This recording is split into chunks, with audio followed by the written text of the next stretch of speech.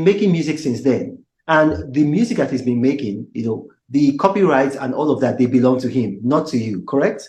Yep. So the only times that you guys had together was between the time you signed him, which was what year? 2019, my hottest year. I signed him my hottest year, 2019, December. Okay, December. So 2019 to 2022, you signed him, you recorded him, and then after that, he left. So you are not making money from his new music. Those accusations are not true, correct? I'm not making money from his new music that is dropping outside Malian music. No, we not stopping his growth. We're not stopping him from dropping music. When he left, it was gone from Malian music. Okay, you see, we live in, will I say, a time when a lot of our people especially in Nigeria, can be, will I say, they can easily believe stories, because we've heard people who have said that our former president, immediate past president, General Muhammadu Buhari, he died and was replaced by a clone named Jubril from Sudan. And so, it's very easy for people to believe, all of these things. So now we've known by the laws of physics, you weren't even in Nigeria. And everything is a lie. Everything. There's a reason why. There's a reason why a lot of people probably trying to blame me for their own reason. I don't know why, but everybody can see it's a lie. Like something happened to him on the day he was out. Why there people are trying to cover up some things? Like I said, so Aziz, you cannot say that everybody knows it's a lie. A lot of people are blaming you. In case you don't know, you've lost hundreds of thousands of followers on Instagram. So we need to clear the air. We need to clear the air with the truth. That's true. The losing followers is not like anything to me right now. Like MOHBAD is late. It's not here anymore. That's a lot. That's more than I'd rather lose all my followers and have him here. You understand? My followers that's a very small thing in this situation. It's very, very small. That's But admirable. to clear the hair is really, really important. And I believe the Nigerian police are doing their job. I mean, the government agency, they're doing their job, and the truth is gonna come out. One thing has already come out. When you say the truth is going to come out, I mean, we've already begun to see some the whole truth is going to come out. No, but we've already began to see some truth coming out. The hospital, or I don't know if you could call it a hospital, let's say the clinic or the medical facility that he was taken to, they said that he was brought in dead on arrival. But we do know that one of the young men around him, like I say, essentially a groupie, had said that he spoke with him while he was at the clinic and that he talked with him and he took a photo with him. But then this actually contradicts the story from the medical facility that he was brought in dead. Another thing that we do know is that the auxiliary nurse who actually injected him has been repudiated by the Nursing Council of Nigeria, saying that she wasn't registered. Essentially, she was a quack.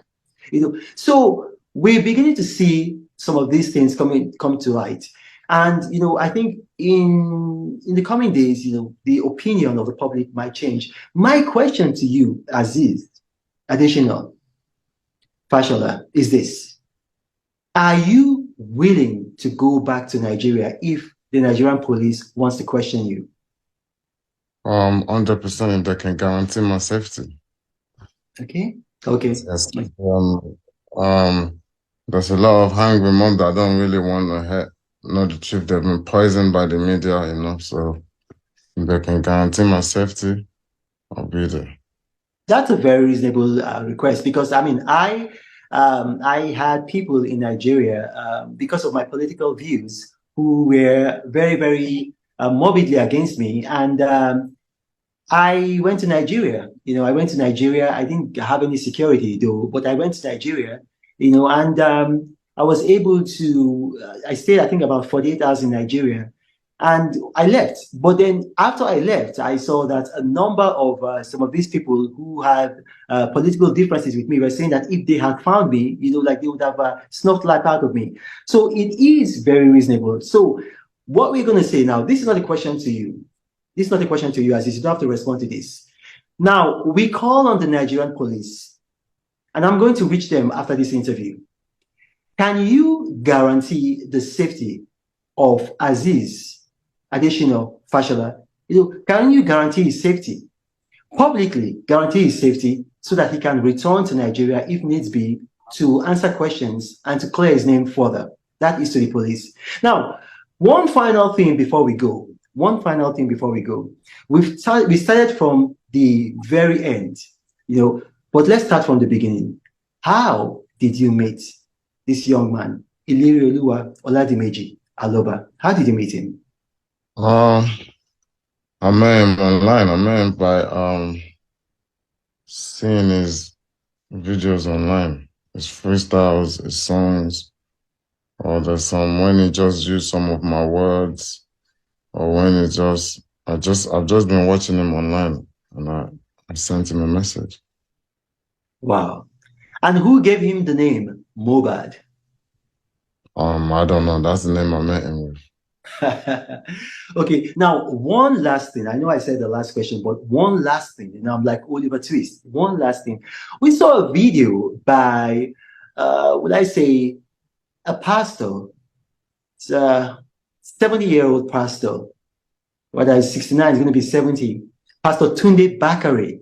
And he said the reason why MOHBAD died was because he was hanging around bad people. What do you say to that? If I have to start, that's the problem. That's the conversation. I don't know if you want to go into that conversation now. But I personally believe that he was actually stressed as much. He needed help. I believe he's being bullied. I believe he's in whatever, there's people on his neck, there's people all over him that is in danger, but he's just not in danger from us. He's not in danger from me. If he's in danger from me, if anybody's scared of me, you will see nobody's going to come out on videos doing all of this. I don't belong to any court whatsoever. I moved to Nigeria in like 2019 from England. I don't know what court is. Like, I've been getting away from the courts in Nigeria. I've been running away. There's so many times in this Lagos, I've been getting away from it. I'm actually anti-courts. I'm against it because of so many times they've tried to force me in it, but thank God they've never.